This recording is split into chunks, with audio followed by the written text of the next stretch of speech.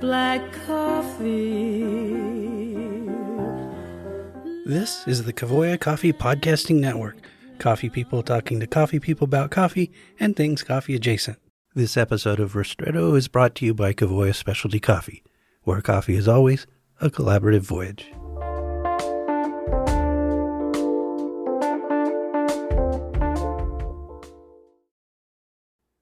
Christmas 1914, the last coffee on the wind. 'Twas the night before Christmas, and the last Java to sail would soon dock in New York. This is the tale.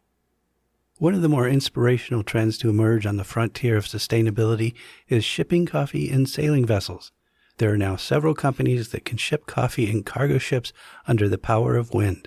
Though this might seem like an old-fashioned way to move coffee across oceans, given the technology now available to help manage the journey and the dramatic reduction in carbon it represents, it's really something, as one boat owner said, from the future.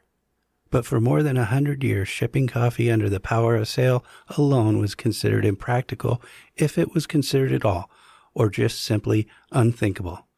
According to William Ukers, writing in 1922, the last shipment of coffee to be delivered in a sailing vessel arrived in New York on Christmas Day in 1914, and even then, this was considered an anomaly.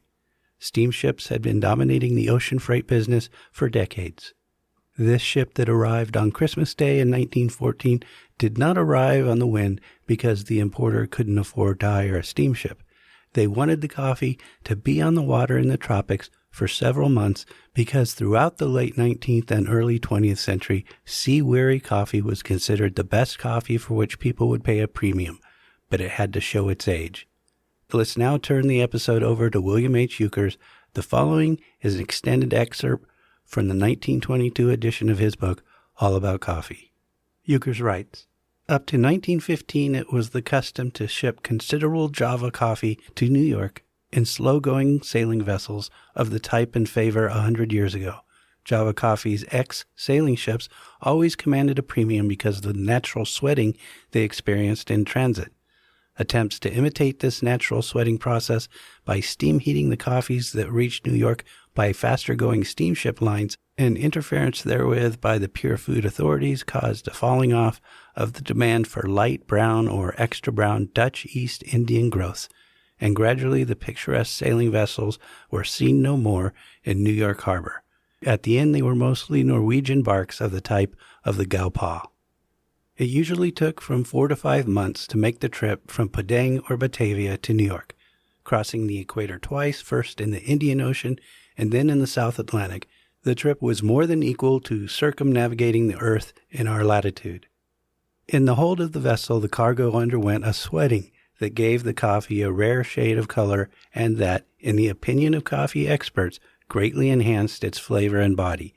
The captain always received a handsome gratuity if the coffee turned extra brown." The demand for sweated or brown Javas probably had its origin in the good old days when the American housewife bought her coffee green and roasted it herself in a skillet over a quick fire. Coffee slightly browned was looked upon with favor, for every good housewife in those days knew that green coffee changed its color in aging, and that, of course, aged coffee was best. And so it came about that Java coffees were preferably shipped in slow-going Dutch sailing vessels, because it was desirable to have a long voyage under the hot tropical sun, suitable to sweat the coffee on its way to market, and to have it a handsome brown on arrival. The sweating frequently produced a musty flavor which, if not too pronounced, was highly prized by experts. When the ship left Padang or Batavia, the hatches were battened down, not to be opened again until New York harbor was reached. Many of the old-style Dutch sailing vessels were built somewhat after the pattern of the Koetvrouw, which Irving tells us was 100 feet long, 100 feet wide, and 100 feet high. Sometimes she sailed forward, sometimes backward, and sometimes sideways. After dark, the lights were put out, all sails were taken in, and all hands turned in for the night. The last of the coffee-carrying sailing vessels to reach the United States was the bark Padang, which arrived in New York on Christmas Day, 1914. Thank you, Mr. Ukers, and happy holidays, everyone.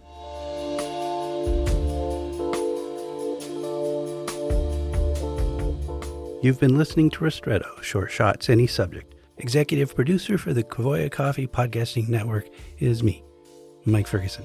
Our Ristretto theme music is Espresso Bar by Hans Hofken.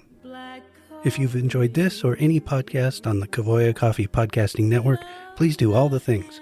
Rate, review, follow, or subscribe, and tell 3 friends. Right now. I'll wait. You'll find a link to our listener survey in the show notes.